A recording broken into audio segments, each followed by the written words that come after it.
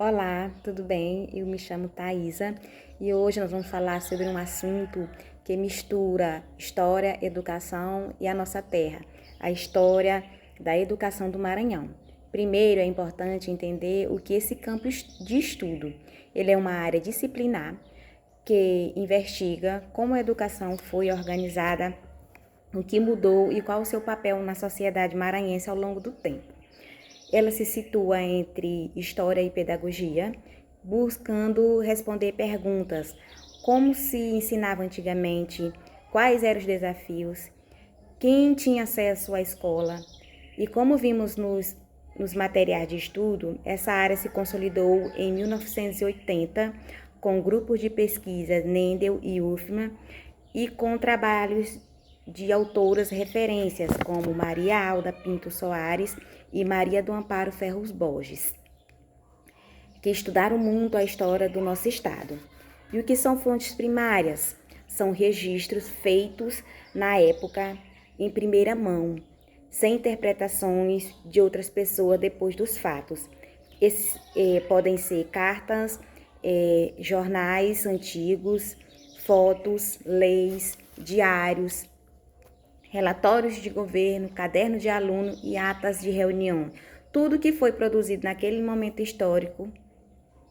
O grande poder dessas fontes é que elas nos mostram que os documentos oficiais não contam. Elas nos ajudam a ver a diferença entre o que era planejado e o que realmente acontecia, algo muito forte aqui no Maranhão. Com grande diferença que sempre existiu entre a capital e o interior. Nossa fonte escolhida, as cartas de Elisabeto para Fernando. São cartas trocadas entre dois irmãos, Elisabeto José de Souza e Fernando, entre 1919 e 1920. Esse material é exatamente o tipo de pesquisa viva. Mas o que essas cartas revelam sobre o Maranhão? Elisabeto morava no interior e escrevia para o irmão contando o dia a dia dele. Ele falava de prédio em situações precárias, falta de materiais, professores com salários baixos e sem formação adequada, além de crianças que não estudavam porque precisavam trabalhar e moravam muito longe. Esses detalhes não apareciam no relatório do governo, que só dizia que a educação avançava. E assim que começamos a usar as fontes, ouvindo quem viveu aquela realidade. Agora eu vou passar para a colega que vai explicar direitinho como usamos essas e outras fontes de pesquisa.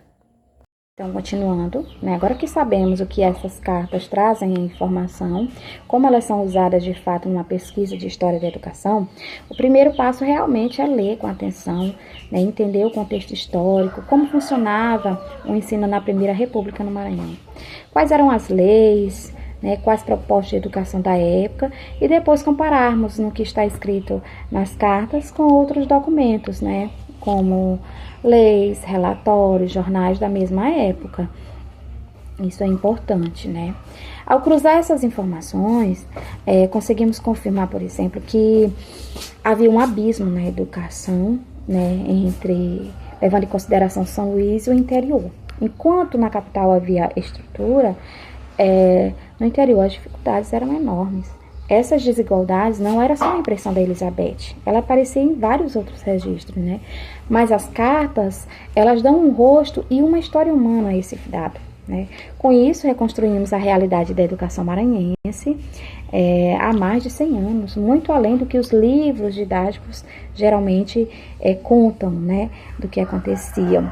Outras fontes primárias e cuidados na pesquisa que a gente deve analisar, a fundo. Além das cartas, existem outras fontes importantes usadas nos estudos do nosso estado. Tem os jornais antigos que traziam notícias, reclamações e debates sobre a educação.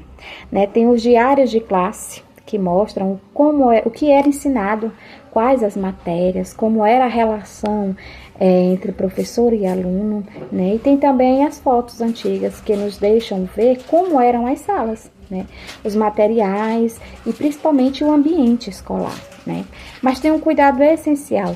Cada fonte tem o seu ponto de vista, Uma carta é a visão de uma pessoa, o jornal pode defender um grupo político, né? Uma lei mostra o que se queria, não o que se fazia, né? Por isso, nunca devemos usar uma fonte sozinha.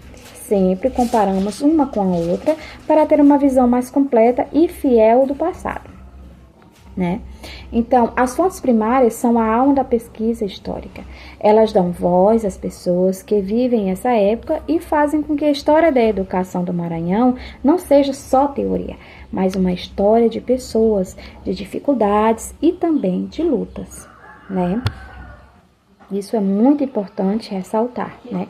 Conhecer esse registro, ajudar a entender de onde viemos e como a nossa educação se constituiu é essencial, né? Espero que vocês tenham gostado, né? E fiquem curiosos para saber mais a respeito da história da educação do Maranhão. Muito obrigada pela atenção e até a próxima.